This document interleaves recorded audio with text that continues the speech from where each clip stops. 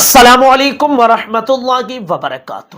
اگر آج آپ نے یہ ویڈیو مکمل سن لی اور اسے سمجھ لیا تو پھر آپ واضح طور پر سمجھ جائیں گے کہ غسل کرنا کب آپ پر ضروری ہے اور کب آپ پر ضروری نہیں ہے۔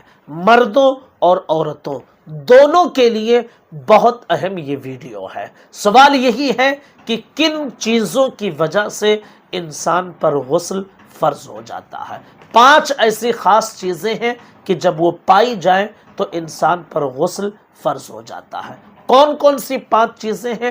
آئیے ایک ایک چیز کو آسانی سے سمجھ لیتے ہیں۔ نمبر 1، منی کا اپنی جگہ سے شہوت کے ساتھ جدا ہو کر عضو سے نکلنا، یہ انسان پر غسل کو فرض کر دیتا ہے۔ منی اپنی جگہ سے شہوت کے ساتھ نکلے، عضو تناسل سے مقام خاص سے باہر نکل جائے، تب جا کر انسان پر غسل فرض ہوگا۔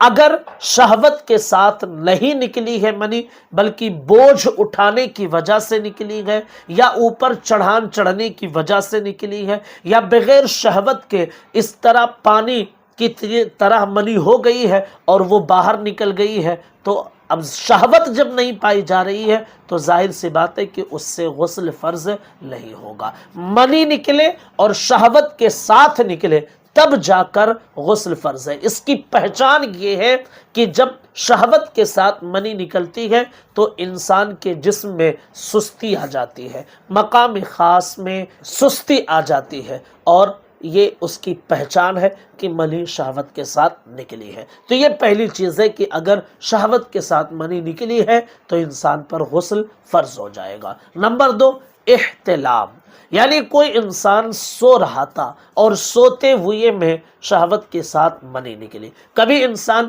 خواب دیکھتا ہے اور خواب میں کچھ ایسا دیکھتا ہے کہ جس کی وجہ سے اس پر شہوت طاری ہو جاتی ہے اور منی باہر نکل جاتی ہے، یا خواب نہیں دیکھتا ہے اور یوں ہی شہوت کے ساتھ باہر نکل جاتی ہے، تو احتلام اسے کہا جاتا ہے، نائٹ فال اسے کہا جاتا ہے، یعنی سوتے ہوئے حالت میں منی کا نکل جانا۔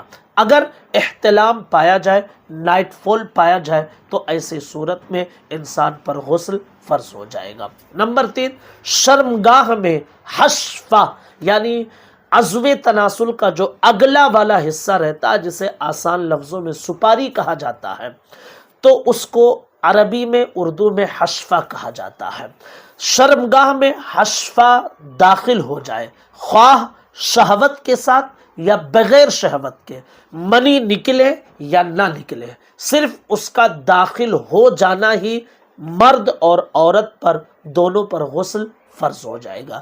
فاعل اور مفعول دونوں پر غسل فرض ہو جائے گا، چاہے منی نکلے یا نہ نکلے، شہوت ہو یا نہ ہو۔ اگر حشفہ شرمگاہ کے اندر داخل ہوا تو انسان پر غسل فرض ہے، فاعل پر بھی اور مفعول پر بھی۔ نمبر 4، حیض کا ختم ہو جانا، جیسے ہی عورت ماہواری خون سے فارغ ہوگی، اس کے جو بھی متعین دن ہے اس سے جیسے وہ فارغ ہوگی تو اس پر غسل کرنا فرض ہو جائے گا۔ نفاس، یعنی بچہ پیدا ہونے کے بعد کچھ خاص دنوں تک جو خون آتا ہے، جب وہ خون آنا بند ہو جائے تو عورت پر غسل فرض ہو جائے گا۔ چوتھی چیز اور 5ویں چیز یہ خاص ہے عورتوں کے ساتھ، پہلی اور دوسری اور تیسری، اس میں مرد اور عورت دونوں شامل ہیں۔ یہ 5 چیزیں ہیں، ان 5 چیزوں کے پائے جانے کی وجہ سے انسان پر غسل فرض ہو جاتا ہے۔